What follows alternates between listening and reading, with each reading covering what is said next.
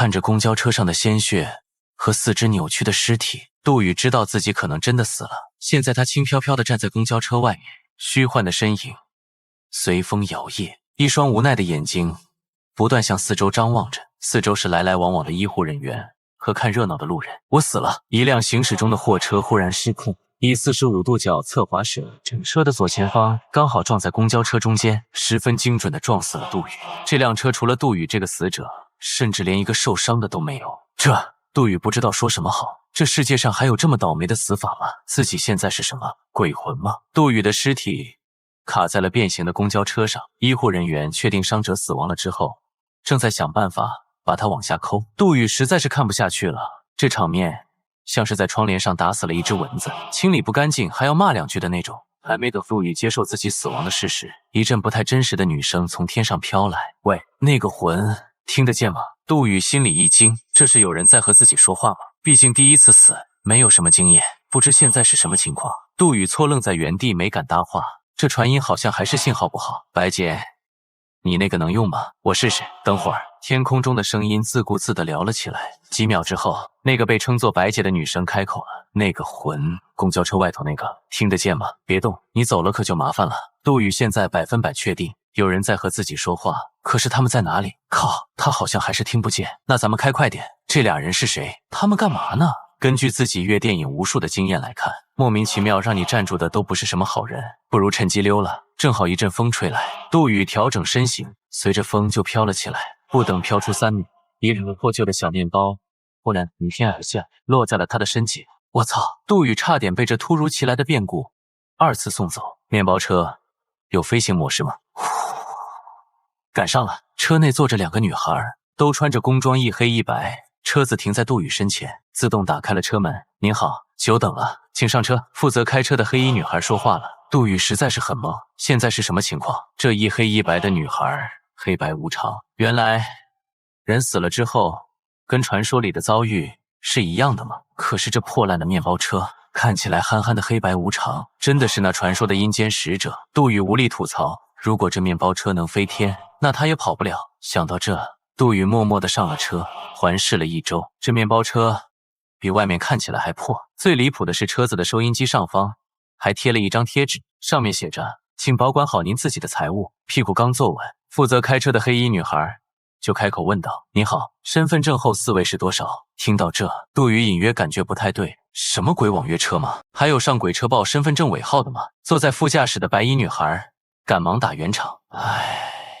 我们也是按照流程办事。阴魂管理局最近刚刚下了新规定，毕竟最近坐摆渡车之后，魂飞魄散的人多了，上面对这件事很重视。”杜宇直接无语，指着白衣女孩说道：“可你们不就是摆渡车吗？魂飞魄散不就是你们搞的吗？”这话黑衣女孩不爱听了，直接嘴一撇说道：“那不一样，我们是正规单位的正规用车，证件齐全，现在黑车抢活的也不少，拉鬼魂还有黑车抢活。”杜宇扶着额头，从未想到死后会这么心累。行吧，尾号2203。杜宇喃喃说道。好的。面包车缓缓地离开了地面，杜宇最后还回头看一眼自己的尸体，到现在都没抠下来。话说，你们2个人就是黑白无常吗？看着正在升空的面包车，杜宇开口问道。是也不是，白衣女子说，黑白无常不是2个人，而是2个家族。我们2个家族里的人都从事阴差的工作，但我们不能代表整个黑白无常。原来是这样，想不到死后还能学到这种新知识。杜宇暗暗摇头，可是学这些有什么用呢？这边和您确认一下您的档案资料。白衣女孩掏出一个文件夹，翻出一张 AT 纸。杜宇，男，26岁，中国汉族，某国企车间员工，死因如下。白衣女子念到这里，很明显沉默了。怎么了？死因是什么？杜宇问道。哟，白衣女子看了看档案，说道：“你这死因说不定能给你申请一个枉死名额。”不是，我没明白，我车祸致死，怎么会算枉死呢？因为今天要死的不是你。正在开车的黑衣女子说话了。没错，今天注定要死的人名叫周壮士，就是你死前试图让座的那个老头。要是白衣女孩不提，杜宇差点忘了自己死前1分钟确实是打算给一个老头让座的，可是那老头没有接受，径直往车后方走了。周壮士36岁、39岁、42岁、55岁，都曾奸杀过女性，并且逃脱法律制裁。现在的招魂值达到了97。这么说来，就算他没有被那辆货车撞死，也活不过今天了。周壮士36岁、39岁、42岁、55岁，都曾奸杀过女性，并且逃脱法律制裁。现在的招魂值达到了97。这么说来，就算他没有被那辆货车撞死，也活不过今天了。太好了，黑衣女孩说道，这种人就应该早死。我在孽境地狱认识人，到时候给他好看。这是重点吗？杜宇坐不住了，重点不应该是那个老头今天一定会死，而是为什么我今天会死。唉，这种事难免。白衣女孩翻着资料，按理来说，周壮士应该会接受你的让座，然后死在这辆车上。之所以他没有接受你的让座，是因为他在车后方看到了一个漂亮女孩。可是理论上那个女孩在这个时空里不应该出现在那个位置。这件事我们会调查清楚。我听不懂。杜宇摇头，我知道，我也没想让你懂。白衣女孩说点你听得懂的。如果你被判定枉死，那你有福气了。关于枉死者有2个福利政策。第一条是枉死者如果对人世间有所留恋，可以自主选择投胎家庭，富二代、星二代任选，不过也要排队摇号，毕竟抢手的家庭数量有限。第二条是枉死者如果对于人间没有留恋，那么可以申请成为阴差或阳差，但是现在想进编制太难了，体制内大多都是关系户，你可以先当个合同工等等机会，福利待遇差不多。杜宇听完之后沉默了一会儿，说道，这熟悉的感觉，我真的死了吗？车子在空中急速行驶，一路上黑白2个小姐姐还真是泰然自若。黑色衣服的女生一边开着车一边打着呵欠，白色衣服的女生拿出手机一直自拍，若不是低头还能看到自己虚化的身体，杜宇觉得自己现在就是在和陌生人拼车。快到西都城了，白姐，让他填表吧。好嘞。白色衣服的女生从文件夹里掏出一叠纸递给杜宇，虽然现在领导们还没给你下定论是不是属于枉死，但是以我们的经验来说，应该8、9不离10。你先把枉死福利政策申请单文件签了吧。杜宇拿过那份文件一看，关于减轻枉死者怨言，共创和谐阴间枉死者最新福利政策暂行办法。杜宇默默念着这份文件的开头，我做梦都想不到会这么正规。往后翻了几页，果然看到了黑白无常之前所说的2个选择。现在杜宇要做的是在这2个选择中选定一个，当然是富二代了。杜宇几乎没有犹豫，拿起笔刷刷地写上了自己的名字。杜宇可不仅仅是对于尘世有所留恋而已，毕业后就一直在车间上班，不仅每天累得要死，钱也没攒下几个。如果真的能再来一次，当然要在人世间潇潇洒洒地走一回。签完名字抬起头，外面的天色已然黑了。杜宇明明记得现在是下午，怎么天色这般漆黑？没等反应过来，面包车忽然垂直向下开去，在杜宇的大声惊呼中，一头扎进了地里。短暂的黑暗过后，一大片空间出现在了眼前，地底赫然耸立着一座巨大的古代城市。远远看去，城市鬼火四溢，万家灯火都是那幽幽的青光。城市四周被一条淡绿色的河包围着，那河水中不断翻腾着万千魂魄。面包车没有停下，径直向着这座城市的大门开去，速度极快。片刻的功夫，车子开到了城门口，一座3、400米高的巨大石门屹立在眼前，上面赫然写着7个大字：幽门地府鬼门关。杜宇被这壮丽的景象惊呆了，没想到这一切都是真的。我们到了，稍等，得先找个车位。黑衣女子一边说着，一边开着面包车转悠。也就在这时，杜宇看到天上有许多像他们一样的面包车来来往往，那车上都坐着一黑一白2个人。那些黑白衣服的人，或男或女，或老或少，来来往往，络绎不绝。整个古城像是一个巨大的贸易枢纽。鬼门关下，放眼望去，至少有上万个人在排队进入。不是，我想问下，你们明明是公职人员，这里却没有你们的车位吗？你也太天真了。你知道每天有多少人自然或者非自然死亡吗？你看看天上来来往往的摆渡车，哪有这么多地方给我们停？杜宇默默点点头，原来地府也有地府的难处。找了10几分钟，终于找到了车位。3个人下了车，加入到了浩浩荡荡的排队人群中。杜宇，正好趁着这个机会和你说说我们的游览路线。黑衣女生一边说着，一边从挎包里掏出一幅地图塞给了杜宇。她伸出白嫩的手指了一下地图最下方，我们现在位于鬼门关，是地府的入口，包围整座地府的是忘川河。想要渡过忘川河，必须要经过奈何桥，而经过奈何桥之前，必须走过黄泉路。对了，在黄泉路的入口，记得先去孟婆办事处领孟婆茶，最近有夏季限定口味的孟婆茶哦。再往后是轮回台。对了，你还能见到十殿阎罗。沉默，很久的沉默。怎么了？我是不是讲的不好？黑衣女生看到杜宇半天不说话，总觉得自己哪里的讲解出了问题。我说，杜宇咬着牙说道：“玩呢？旅游呢？啊！”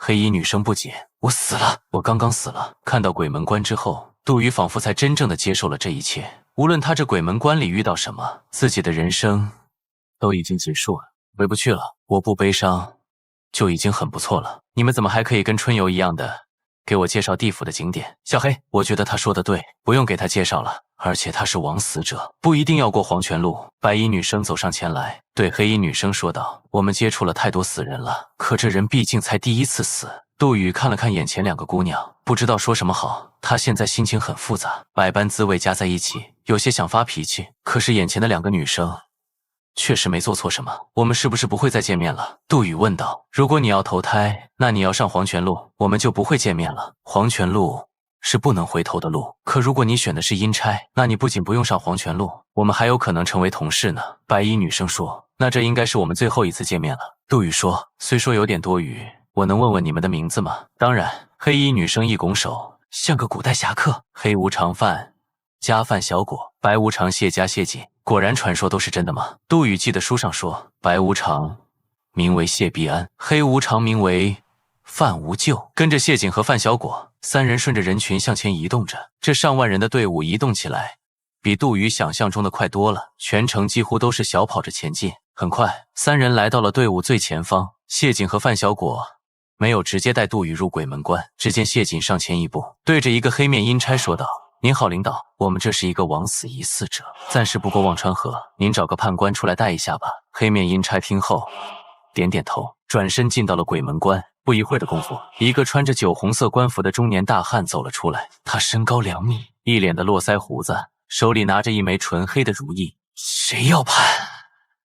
抓紧时间！这大汉声音粗犷，像是一台低沉的发动机。领导您好，谢锦冲着大汉鞠了个躬。是我们今天带来一个枉死者，需要您给判一下。枉死者，大汉眼皮也没抬，从怀中掏出一个本子，快速的翻动了一下。不行，这几年枉死者名额满了，给他算个意外死亡吧，来世阳寿加5年，不然工作量太大了。大汉说完，把本子一合，回头就要离开。杜宇三人全都愣在了原地。领导，范小果反应过来，喊了一声：“这个死者应该是被太叔影响致死，不可能不算枉死。太叔又如何？”大汉转过身来，传说管理局都荒废了近1000年，你们见过的太叔还少吗？如果每一个因为太叔而死的都算枉死，这世间还有法看吗？这冥府还有法治理吗？大汉一边说着，一边向前，身上居然散发出了隐隐的怒气。两个姑娘被逼得连连后退。正在3个人惊慌失措间，一阵劲风从他们身后袭来，呼呼的风声擦过耳边，竟直奔那个大汉而去。电光石火之间，一个白袍人在眼前站定，他背对着3人，手持一根贴满了符咒的巨大毛笔，面冲大汉。白袍人的身形远没有大汉彪悍，但大汉看到眼前此人，双眼瞬间圆睁，惊恐万分。不等他说上一句话，白袍人伸出手，狠狠的一巴掌拍在了他满是胡须的脸上。这一巴掌拍得实在太重，大汉居然原地转了一圈。3个问题，白袍人语气淡淡的说：第一，从今往后跟其他阴差不准再这么说话。第二，枉死就是枉死，死的人再多也是枉死，这是判官的职责。第三，传说管理局从未荒废。这一幕可把杜宇吓坏了。要说眼前这红衣大汉，如果看面相绝对够吓人，可随之而来的这个白袍人却一巴掌拍在了他脸上，究竟是何人？不等杜宇反应，红衣大汉竟一声跪了下来，几乎带着哭腔的说了一句：遵命，大判官。一声大判官叫出口，不仅红衣大汉，杜宇身边的黑白无常也赶紧跪了下来。片刻时间，站在周身不远处所有的黑白无常、阴差门卫们全都跪了下来。放眼过去，只剩一众魂魄还站在那里。随后魂魄们也学着阴差们的样子慢慢的跪了下来。杜宇也不例外，上万人的广场上竟只剩白袍人负手而立。判官还分大小，这是谁呀？跪在地上的杜宇小声问着谢锦。判官当然分大小。谢锦低声说：冥府有4大判官，分别是赏善司的魏征大人、罚鄂司的钟馗大人，查查司的陆之道大人，而眼前这位是4大判官之首，掌管音律司的崔珏大人。白袍人慢慢转过身来，一脸书生相，却不禁有种破人气势。都起来吧，我也正是路过，这事不用搞得太大了，被那些阎罗们知道可就麻烦了。话罢，阴差们陆续站起身，恭恭敬敬地冲着崔珏俯身行礼，然后投入到自己的工作之中了。谢景和范小果也站起身，这是他们第一次见到大判官，不免有些激动。你也起来吧。崔珏看着依然跪在地上的杜宇，说道：“这次我来亲自给你判。”杜宇有点受宠若惊。谢谢。崔珏右手一挥，手中的勾魂笔亮起青光，上面的符咒纷纷脱落。左手一翻，一本像账本一样的东西凭空出现在手上，上面赫然写着“生死簿”。随着生死簿随意翻动，勾魂笔的青光大盛。杜宇也慢慢站起身来，说道：“领导，是不是需要我的名字？我叫杜宇。”崔珏笑而不语，刚要写上杜宇的名字，却盯住了杜宇的面容。你……崔珏想说点什么，可话到嘴边好像忘了，迟迟说不出口。想了一会儿，崔珏问道：“你刚才叫我什么？”领导，怎么了？杜宇疑惑地看着崔珏。谢景和范小果也不敢开口，他们清楚地看到大判官的脸上写满了迷惑。作为懂阴阳通古今的大判官，还有什么是让他参不透的？过了许久，崔珏才开口问道：“贞观19年，我们是不是见过面？”贞观19年，杜宇先是一愣，随即笑了一下。别说贞观19年，就是民国19年，那时候也不可能有我呀。谢景也感觉不对，跟崔珏说：“大判官，您是不是忘了，他是个凡人？贞观19年的事，他应该记不得了。很奇怪。”崔珏说：“在我见到这个年轻人之前，从来不记得我有过这么一段回忆，可是见到他之后，那些回忆如泉水般喷薄而出。可这到底是为什么？崔珏上千年来见过的亡魂不计其数，可为什么只有杜宇会出现在他的回忆里？”略微思索了一下，崔珏心中有了一个大胆的假设，不由得激动了起来。年轻人，我且问你，你选的是投胎还是当差？投胎。富二代看着杜宇不加思索的回答，崔珏摇了摇头。年轻人，虽说我可以判你为枉死，但你也要知道，这些年枉死的人数庞大，投胎是要排队的。杜宇点点头，我知道，刚才2位阴差姐姐跟我说了，你只知要排队，你可知要排多久？那我不知道。726年。崔珏笑了一下，在那之前，你都只能是这冥府的一方游魂。700多年，杜宇着实惊呆了。700多年之后，那个世界还是自己心目中的世界吗？还是自己想回去的那个世界吗？看着崔珏意味深长的表情，杜宇忽然发现事情好像没有那么简单。领导，你是不是还有话要说？崔珏微笑点点头，不错，我要你帮我办件事，如果办得好，我就动用各种关系，最大幅度的帮你插队投胎，成交吗？办件事。不仅杜宇，谢景和范小果也不太明白，崔珏怎么也算是一介阴仙，虽说不是道法通天，但也有莫大的神通。这样的修为，有什么事需要一个游魂帮忙呢？那我得先问清楚。领导，杜宇说，这件事有危险吗？非常危险，如果处理不好，活人死，死人散。杜宇也是象征性的问问，没想到崔珏直接一口承认了。领导，你是讲真的吗？你这样，我很难答应。我不想骗你，你帮我办的这件事真的很危险。不过一切都是我的猜测和假设，有可能根本就不需要你，所以我希望你考虑清楚。700年的等待，还是搏一搏的机会。杜宇很明显的犹豫了。活着的时候，明明有很多次这样的机会，但杜宇无一例外的都放弃了。他从出生就不是一个愿意去争取的人，哪怕在孤儿院的那些日子，也从来没有主动去争过什么。这可能也是他一直没有被人领养的原因。我答应。杜宇很慎重的回答了。我去帮你办那件极度危险的事，你让我回到人间。崔珏点点头，冲着谢景说，鬼门关往西40里，有一座阴气缭绕的阴山，那山半边青来半边黑，世人唤作不归峰。山脚下有座房子，你2人将杜宇送往那里去吧。谢景不敢怠慢，赶忙拉着杜宇和范小果启程，拜别了崔珏，3人又回到了面包车上。白姐，这是什么情况呀？范小果一边发动车辆，一边嘟囔。大判官给人感觉怪怪的，他们那些大人物的想法，咱们哪里能懂？照办吧。杜宇看着窗外，心里很复杂。杜宇，你在阳间见过崔珏大人吗？谢景问道。没有，我第一次见到这个人，那真是奇怪了。正说着话，谢景的手机响了。谢景看到来电屏，赶紧端正了一下身姿。喂，您好，老祖宗。谢景恭恭敬敬地接起电话。哦哟，景乖孙，和谁在一起呢？回老祖宗，我和范家小果一起。正在押送一名枉死者。范小果听谢瑾提到自己，也向着电话说了一句：“七祖爷好，小果你好，给我向八爷带好，托您的福，八祖爷在家天天念叨您呢，念叨我，那老鬼的还欠我一顿饭呢。我说锦乖孙，今天说好教我用修图软件的，这都半天了，你那还没结束啊？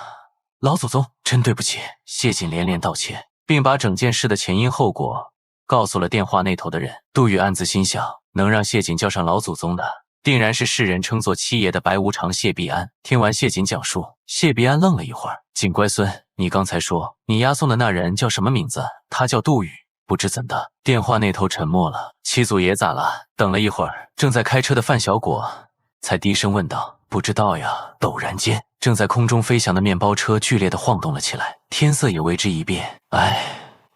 看着一直在晃动的面包车，谢瑾先是一慌，但是很快恢复了镇静，赶紧回头对着杜宇说道：“乘客您好，我们的汽车遇到气流有些颠簸，请您在座位上坐好，系好安全带，收起小桌板，卫生间暂时停止使用。”“什么鬼？哪有什么小桌板和卫生间？你们这都是从哪学的？”杜宇一边吐槽一边伸手去摸座位，发现连安全带也没有，剧烈地晃动了几秒，面包车前方的空间骤然扭曲，范小果一脚刹车停在了半空中，只见从那扭曲的空间中闪出一个身影，双脚踏空，立在了虚空之上。那身影一身白衣，头戴高帽，高帽书写4个大字：一剑生财。一头银白色的头发如瀑布般倾泻而下。最让人吃惊的是，此人那惊人的美貌，明明是个男人，却美得惊心动魄，甚至还在脸上贴了几片黄瓜。“七祖爷！”范小果大喊。“老祖宗！”谢瑾惊呼一声，赶紧从副驾驶开门出去。可他忘了自己道行尚浅，还不会那飞天遁地之术，身子一歪，险些就要坠落。谢必安轻轻一挥手，谢瑾才在空中停了下来。“锦乖孙，别多礼了，我来看一眼就走。”杜宇第一次见到传说中的白无常谢必安，紧张的几乎连话都说不出来。相比于谢瑾、范小果穿的黑白色工装，还是谢必安的官帽和长衫更吓人一些。谢必安盯着车里的杜宇看了良久，看得杜宇直发毛。终于，他缓缓开口道：“杜宇。”谢必安的面容逐渐疯狂起来，随后仰天大笑：“妙，崔珏，妙！”哈哈哈！三人看着谢必安这惊天的气势，都怔在了原地。这是怎么回事？我第一次见到这样的老祖宗。锦乖孙，今天的修图软件我不学了，我回去做个面膜。你好好的把杜宇送到不归峰。说罢，谢必安挥了挥衣袖，竟又凭空消失了。白姐，今天这是咋了？大判官和七祖爷怎么都这么奇怪？谢瑾思索了一下，回过头来看着杜宇：“我不知道，我只知道似乎都跟这个杜宇有关。”10几分钟后，三人果然找到了这座阴气缭绕的不归峰。不归峰下有一座几乎是完全破败了的水泥房子，不会就是这吧？三个人停下车，慢慢地走向这座房子。只见屋门旁边有一块被藤蔓爬满了的牌子，上面写着“传说管理局驻地府办事处”。三个人静静地站在这间破败的房子门口，向四周望去，附近竟没有一个游魂和阴仙。白姐姐，你以前来过这里吗？没有，这种地方听都没有听过。传说管理局驻地府办事处，光看名字还有点正规，可是这种颓废感是怎么回事？我们的任务是把杜宇送进去，光站在门外也不行。正说着，谢瑾向房门伸出了手。杜宇看了看这个破房子，忽然不太想进去了。如果你们推开房门，发现和你们想的不一样，那么你们还会进去吗？一个飘渺的声音忽然出现在身后，三个人猛地回头看去，一个白发苍苍的老人不知什么时候站在了三人身后。这老人面相非常和蔼，看不出年纪，他穿了一件素色的便衣，看表情似乎是老早就站在了这里。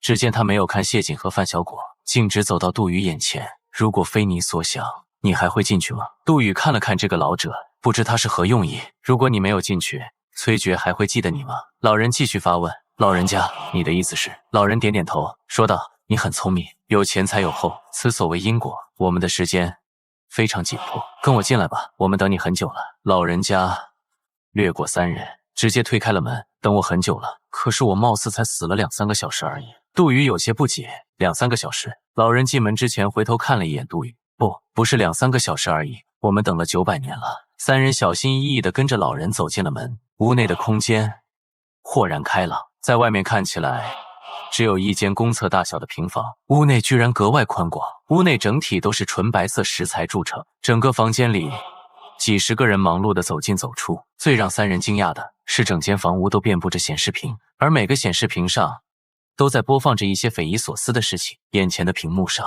一个身材巨大的巨人将天地分开，身躯化作山河湖海。另一个显示屏上，一只身材矮小的猢狲耍着一根巨大的棍子，摇摇晃晃的居然按动云头直飞天际。那边的屏幕上，一瘦弱女子坐在长城之下仰天哭泣。谢景和范小果也四处看去，所有的屏幕上无一例外全都是听过的或没有听过的传说故事。原来传说管理局真的一直都在工作吗？没错，曾经发生过的所有传说都不会消散，它们会成为这个世界的组成部分，成为一个细胞。我们的世界由无数这样的细胞组成。白发老人语重心长地说道，可是你们知道吗？细胞是会生病的，一旦传说病了，他们就会按照另一个结局走去。历史的改变会导致我们现实的世界产生变化，如果效果轻微，会莫名的产生一些原本不存在的人，我们唤作太叔，他们会对这个世界产生一些细微影响，比如你的死。杜宇似乎有些明白了，但又有些不明白。谢锦也说道，今天你让座给周壮士，本来他应该答应的，这是生死簿上记载的死相，但是他看到了后座的一个太叔，所以没有接受你的让座，去和那个太叔姑娘坐在一起了。这种由于太叔引发的变故，连生死簿都无法预测。没错，如果细胞病了，就会产生太叔。如果细胞病得太严重，我们的世界可能会不复存在。举个例子来说，如果有一天盘古忽然不想开天了，我们现在会怎样？可是，杜宇问道，就算盘古真的不想开天了，我们也没有任何办法吧？毕竟是上古时期的事情。问得好，小战。白发老人捋了一下胡须，拍了拍杜宇的肩膀。小战，这就是我们传说管理局的职责，对传说进行管理、干涉。出了细微差错的，我们可以用传音进行干涉。不过话说回来，细微差错就算不干涉，也不会有什么严重后果。可如果病入膏肓的传说，我们就只能将那段故事暂时封印起来，等待一味药。一味药？杜宇似乎有点懂了，我们需要用一味药把传说给治好，是这意思不？就是这意思。小战。白发老人点点头，不是。小战到底是谁？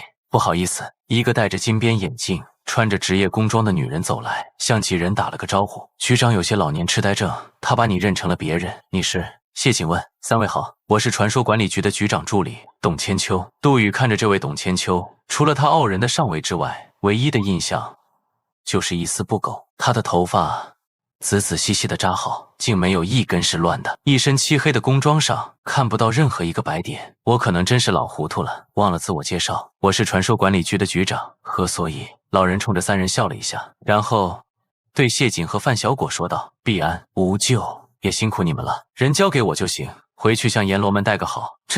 这可不敢当呀！两人连连挥手，我们只是老祖宗的后人，你们不用说了，我都明白了。杜宇说，我的任务就是帮你们找到那味药，治好那些病了的传说，对吧？是不是老夫说的不太明白？何所以说，不是让你去找药，而你就是那味药，我是一味药，这是怎么回事？来不及做什么详细的说明了。董千秋翻看手中的资料，对杜宇说，简单来说，我们需要你进入到传说之中，将传说故事拉回正轨。杜宇一下子没反应过来，虽说这句话的意思他能够理解，但这完全在他预料之外。81年前，我们发现了一个偏离的传说，只能暂时将其封印。如今封印马上就要失效了，如果这个传说的走向偏离，我们现在的世界有可能会毁灭。董千秋一边说着，一边拉着杜宇走向一台机器，开始把各种仪器上的管子往他身上插。等等一下，现在就去吗？杜宇没想到事情会这么突然，我还有很多问题想问，为什么是我？董千秋一边对机器做着最后调试，一边对杜宇说，因为某些原因，只有极少数的人能够进到传说中，而你恰好是这900年来的第二人。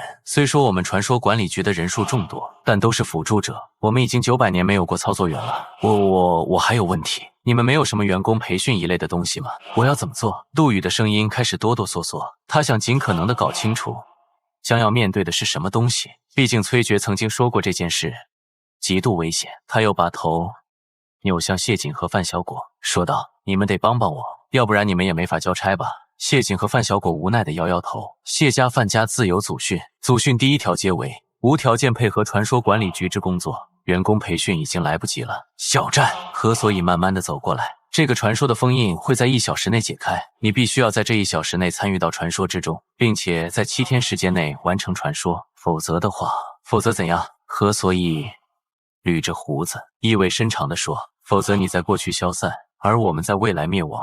有这么严重吗？杜宇以为仅仅是自己有危险，却没有想到这关乎着很多人的生命。那最后一个问题，杜宇说，我要进到的是哪个传说？董千秋听后伸手一拉，一个显示屏悬到了杜宇的面前，画面中一个黝黑干练的汉子，身穿一身粗布衣服，汗流浃背。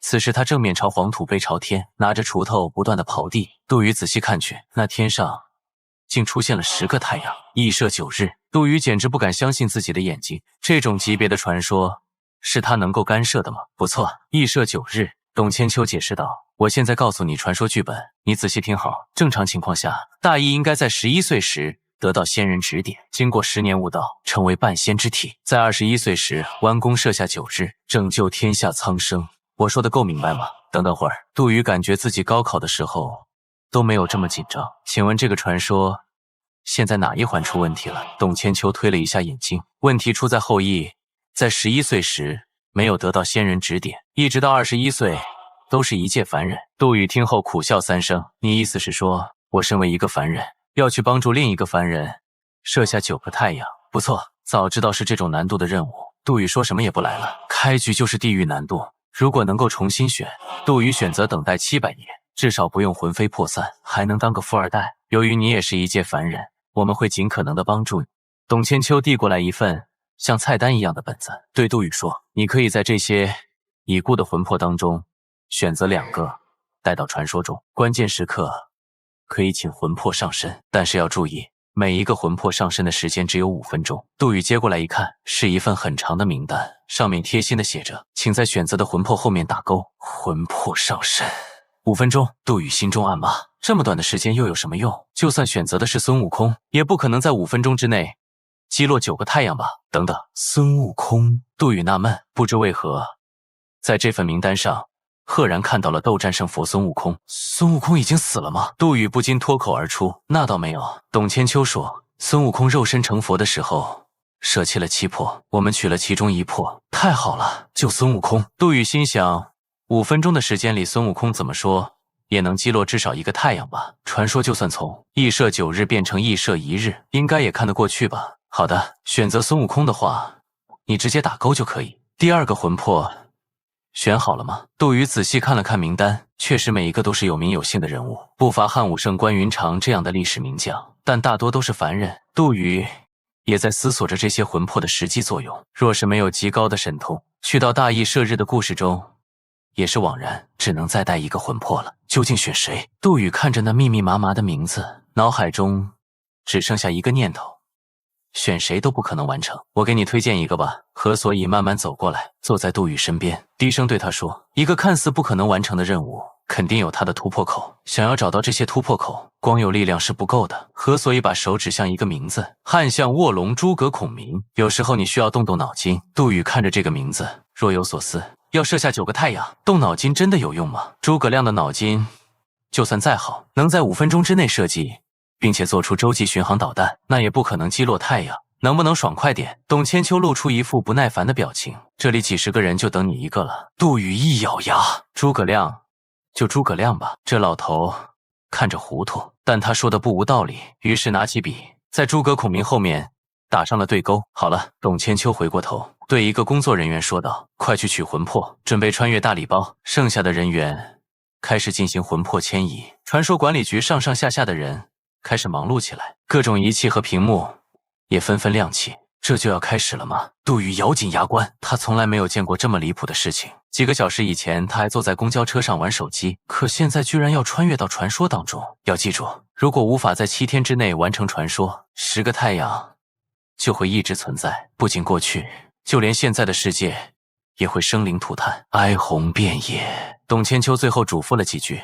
就给杜宇戴上了一个奇怪的头套。杜宇只感觉头上一阵撕裂感，瞬间失去了意识。杜宇感觉自己眼前一片黑暗，整个人轻飘飘的，不知道在何处。杜宇，听得到吗？董千秋，不错，是我正在对你进行传音。这次行动，我会是你的主要联络人。董千秋的声音从脑海中直接响起。我现在在哪儿？你现在正在虚无之中进行传送重组。这次行动，你将以旅行者鸿蒙的身份降临。为了不影响历史进程，你尽量不要暴露本名。另外，整个传说的多个版本都已经放到了你的穿越大礼包里。你醒来以后，记得仔细查阅。杜宇算是明白了，这叫什么？这叫全身心360度触感沉浸式剧本杀。还不等杜宇吐槽一下，漆黑的环境里忽然出现了一点亮光。只见那亮光越来越大，杜宇这才发现自己正在高速向那个亮光冲去。一阵炫光袭来，爆芒之后，杜宇发现自己正趴在土地上，而这土地分外滚烫。地点：东胜神州。时代：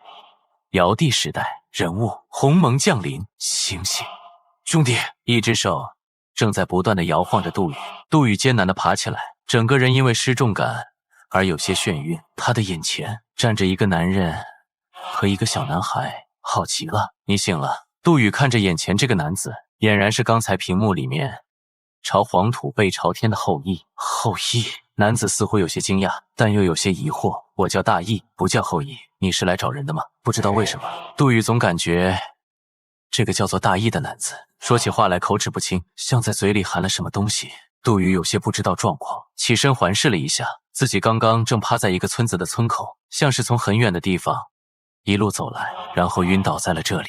他抬头看了看，天上整整挂着10个太阳，热但又不是非常热。如果一个太阳能让气温达到20摄氏度，10个太阳岂不是200摄氏度？但是没有。杜宇感觉这里和南方的夏天差不多，气温应该在40到50摄氏度左右。虽说不会让人马上死亡，但绝对不好受。这人傻了。小男孩看了杜宇半天，说道：“估计是热昏了。”大羿说：“兄弟，你来我家吧，我家里还有点水，给你喝点。”杜宇一摸自己的身上，挎着一个粗布腰包，上面歪歪扭扭的写了几个字：“穿越大礼包。”说真的，就看这个包的质量，里面的东西不会好到哪儿去。这群家伙是在坑我吗？杜宇心里暗骂一声：“兄弟！”羿又叫了一声，可是杜宇还是没答应。羿哥，这个人真的傻了。小男孩挖着鼻孔又说道：“你才傻了。”杜宇瞪了小孩一眼，心想这后羿射日的故事中还有小孩吗？有穷，别乱说话。大羿拍了拍小男孩的肩膀，然后转过头来对杜宇说：“兄弟姓甚名谁？”“我叫杜鸿蒙。”“不，我就叫鸿蒙。”大羿看着杜宇，表情像在看一个傻子。“真的？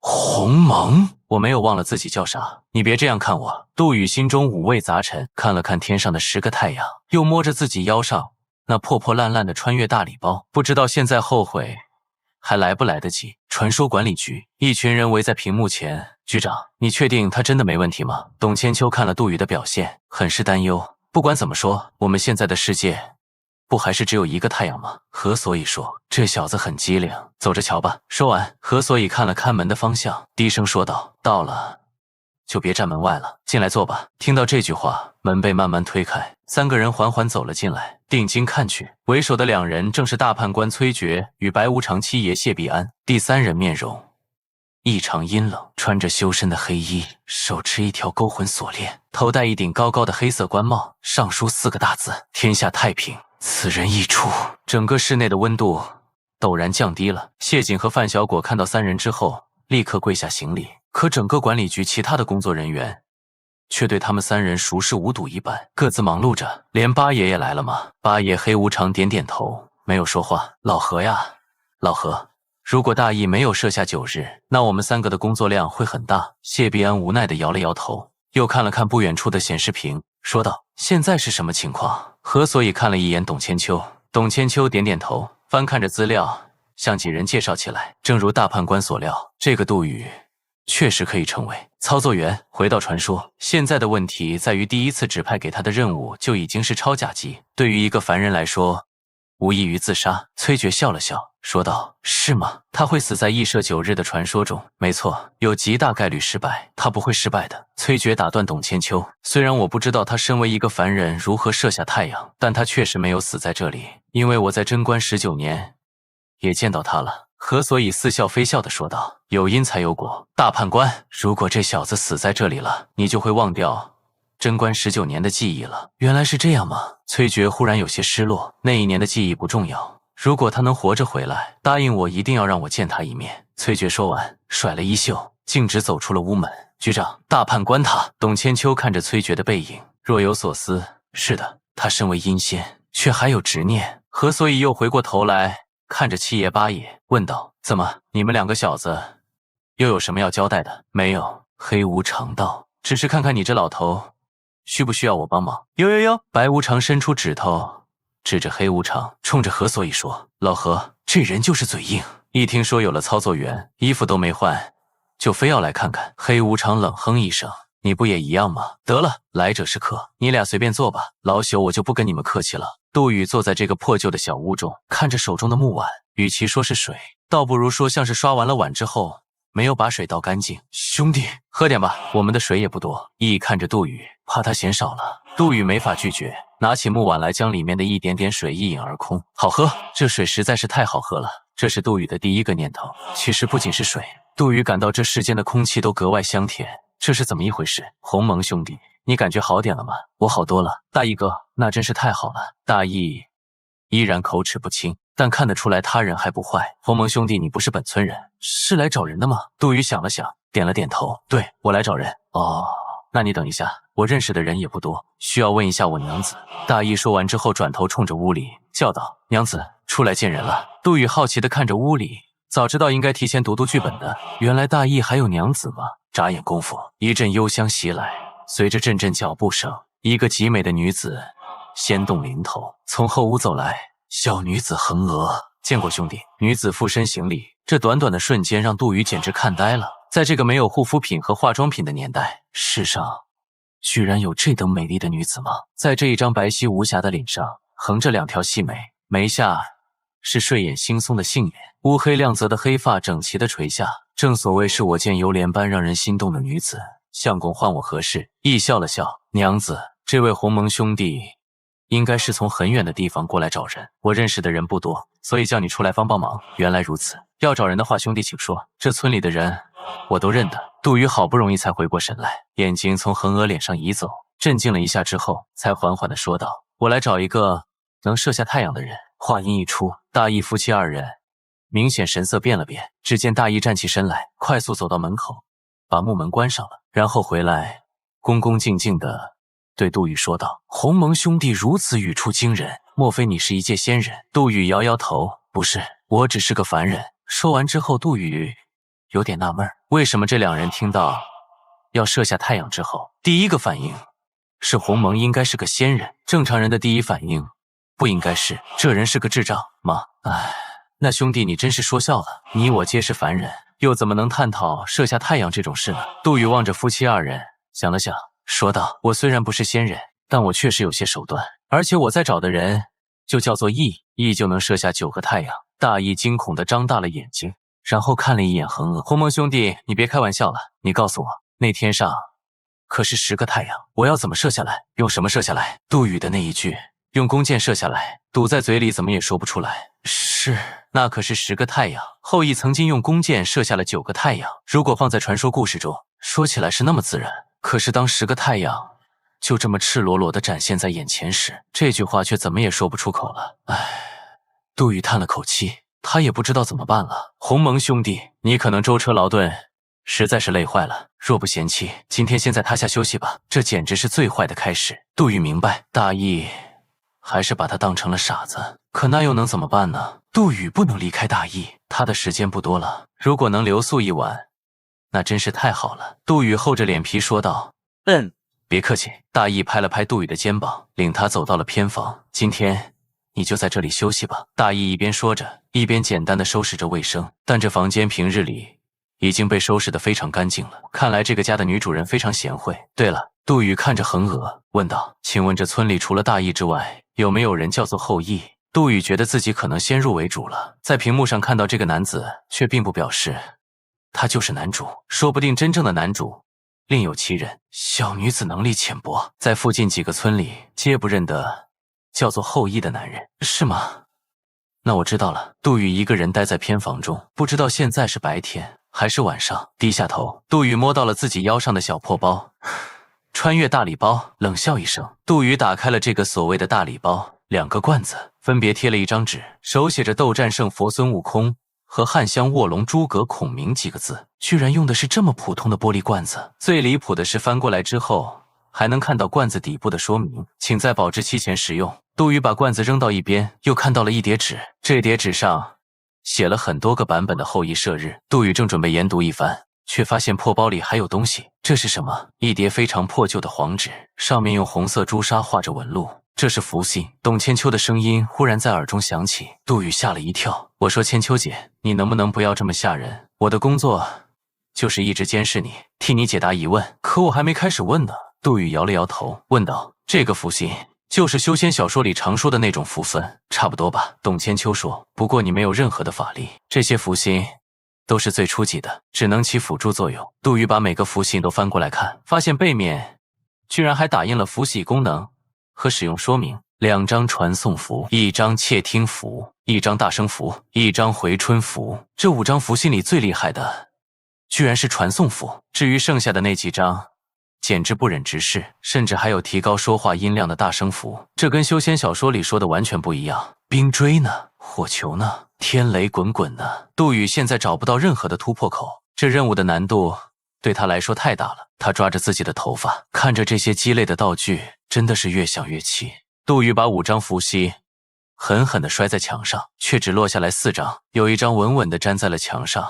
窃听符。杜宇看到那符息微微泛起了光芒，随即一阵低声的说话声传来：你说那个鸿蒙兄弟不会知道些什么吧？不会吧？相公，这么多年你都隐藏得很好，他要去射太阳，你让他想办法便是，我们又做不到。唉，说的也是，但愿不要出什么乱子。杜宇瞪大了眼睛，原来他们夫妻2人有事隐瞒，可究竟是什么事？杜宇再仔细去听，却发现他们已经不再交谈了。片刻之后，墙上的那张窃听符也因为到了时间化为了灰烬。虽说算是有了点线索，可总觉得这件事无法串联到一起。于是他开始大胆假设起来，大义究竟隐瞒了什么事？难道他已经是半仙之体，但却一直对外隐瞒？可那样也说不通。按照恒娥的说法，他们对于射下太阳这件事毫无办法。但凡大义有了神力，那传说岂不是水到渠成了？既然如此，那隐藏的事情会和射太阳有关吗？思考了一会，千秋姐，请问你们一直都在屏幕前，能看到大义的过去吗？大义的过去。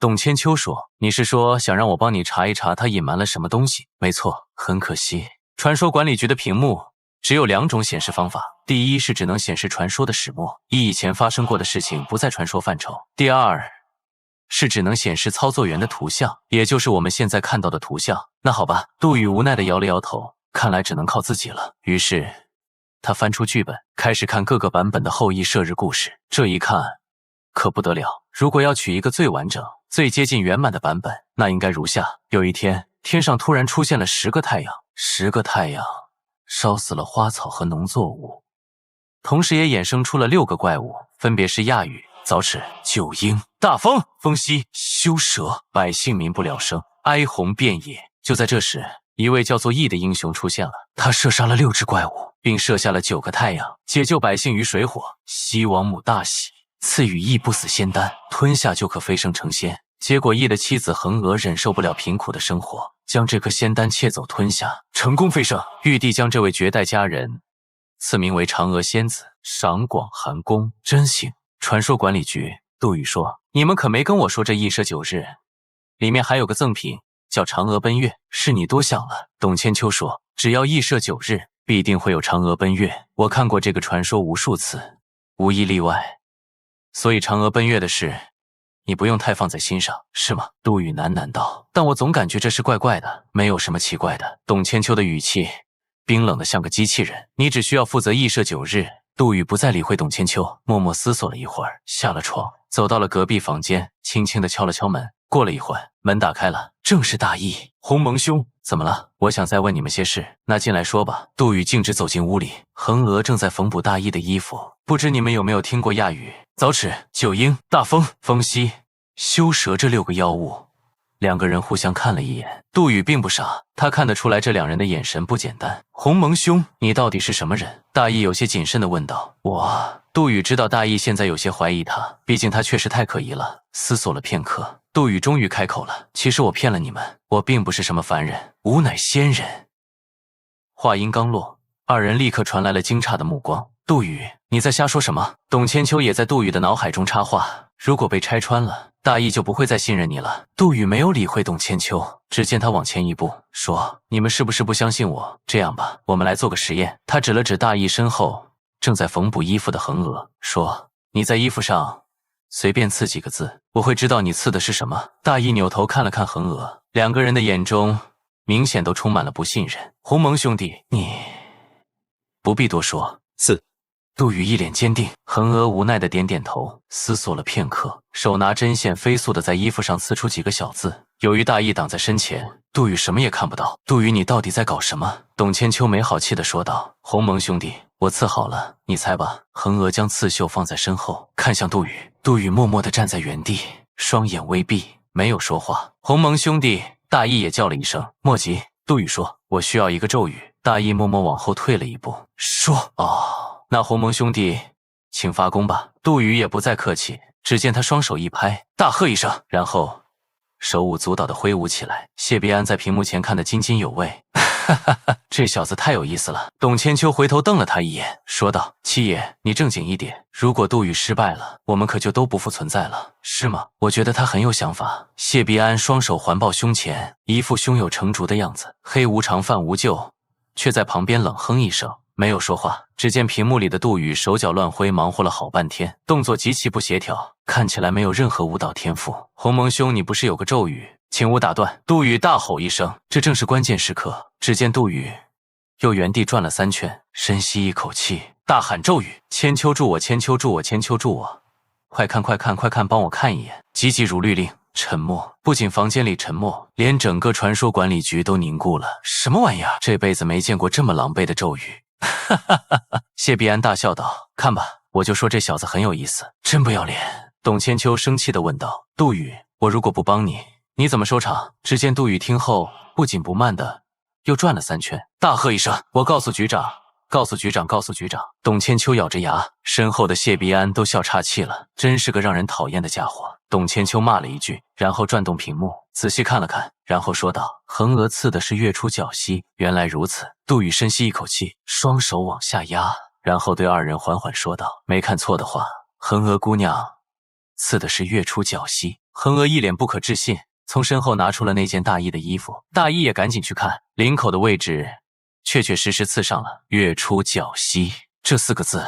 月初绞息，月亮出来时皎洁明亮，恒娥姑娘好像很喜欢月亮。杜宇故作深沉地说道：“鸿蒙兄弟，你连这也知道？”大衣大惊失色，你果然是个仙人。虽然你的发功方式很奇怪，不要管我的发功方式了。现在你们可以告诉我那6个妖兽的事情了吗？二人互相看了一眼，恒娥娓娓道来：“鸿蒙兄弟，你难道是来诛杀妖兽的吗？”“差不多吧，诛杀妖兽是副业，我还有主业。”大义摇了摇头：“鸿蒙兄弟真乃仙人，说的话都让人难懂。其实没有6个妖兽，只有4个。那亚羽本来是先帝饲养的神兽，先帝死后，亚羽回归弱水之中，可怎奈何弱水3000，也抵挡不了这灼热的太阳。亚羽没了栖息之地，只能游荡在世间。可是那亚羽人手兽身，谁看到都会觉得不祥。久而久之被传成了妖兽，无数勇士前去讨伐，生生的把他激怒了。而那修蛇本身就是水里的活物，如今和亚羽一样，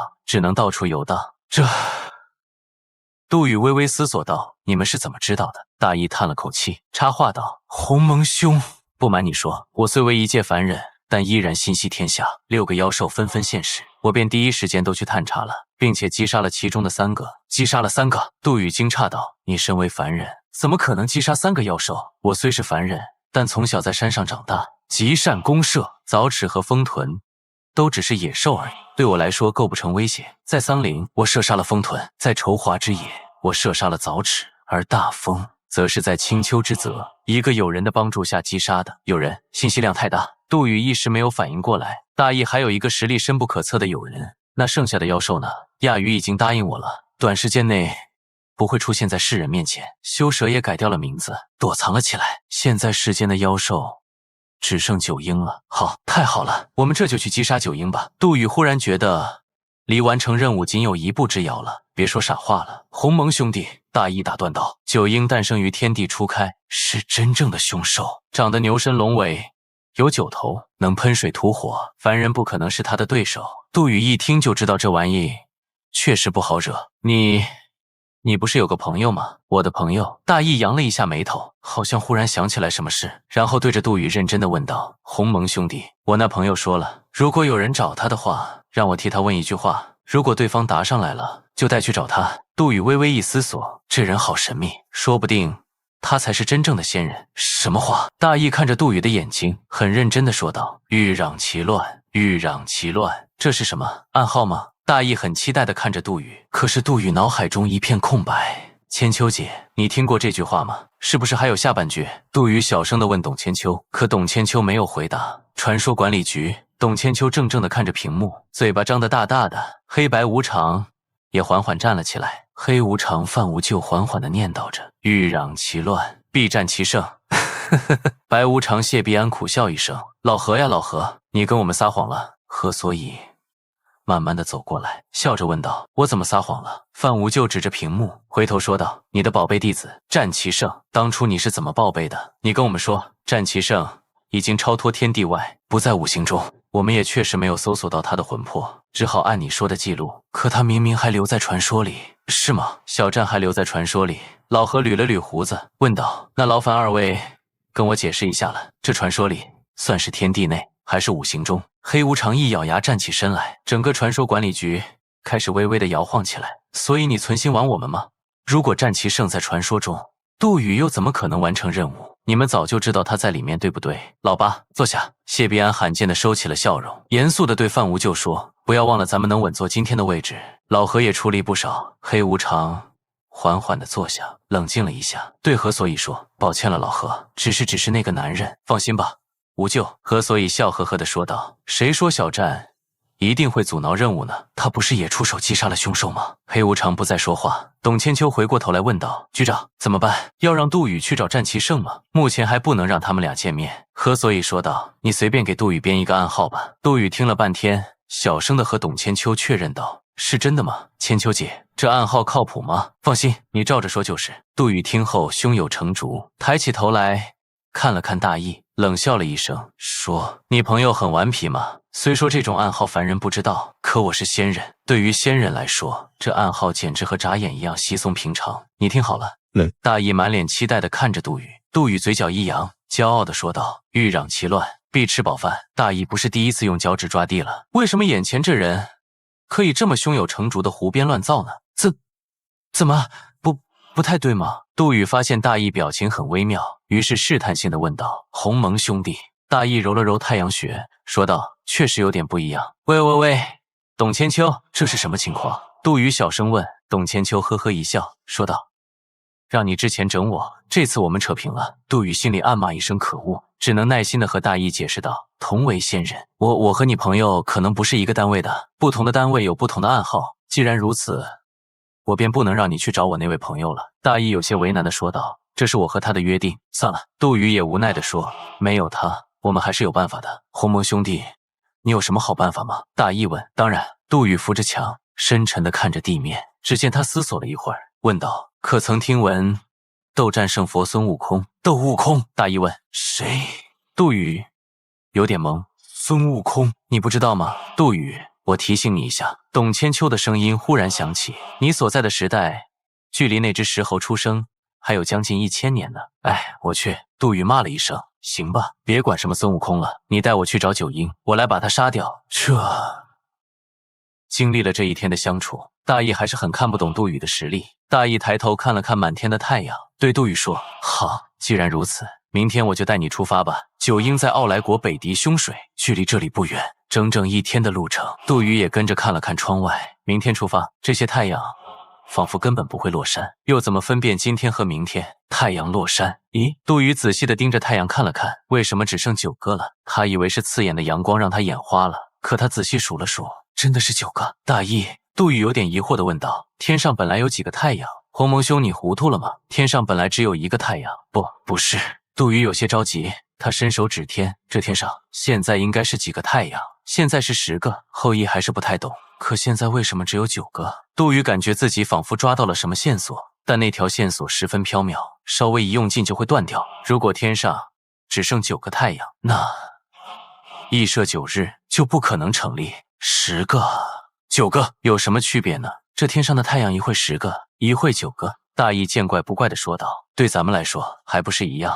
杜宇低下头，仔细地思索着，这太阳一会10个，一会9个，难道有一个太阳会照常日出日落，而其他的不会？可这也太不科学了。等等，既然已经身处羿射9日的故事，科学还重要吗？不重要。太阳会升起落下，这是正确的。可为什么其他的太阳不会？它们就那样悬浮在天上吗？就算天黑，它们也依然照亮整个大地。为什么后羿无法射下最后一个太阳？杜宇第一次试着用科学去解释传说。如果按照这样的推断，那天上的9个必然不是太阳。可是那如同太阳一般的巨大火球到底是什么？就算它们不是太阳，一个凡人能将它们射下来吗？鸿蒙兄弟，你没事吧？